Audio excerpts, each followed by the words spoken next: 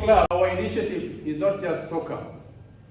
You remember when I was a member of parliament here a few years back, a number of years back, I built this place here, the youth center in Akisim.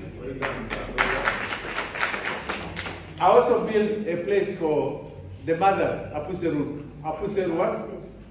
Abunga Adomo, one American from California, who came in and built Apuseru. Now that's a big place. In Obuku.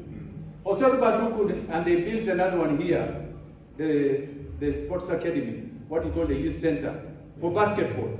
And John Kedaswam, Ida Kono Mokinesi, Ebuniteso, one of these days in the future, to come to be Arrow Boys FC will be the national champions of football in Uganda.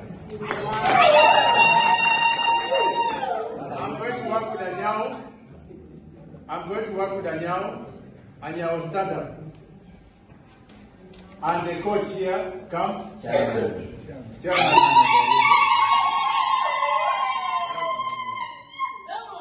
The district. You have seen this team? Michael, come.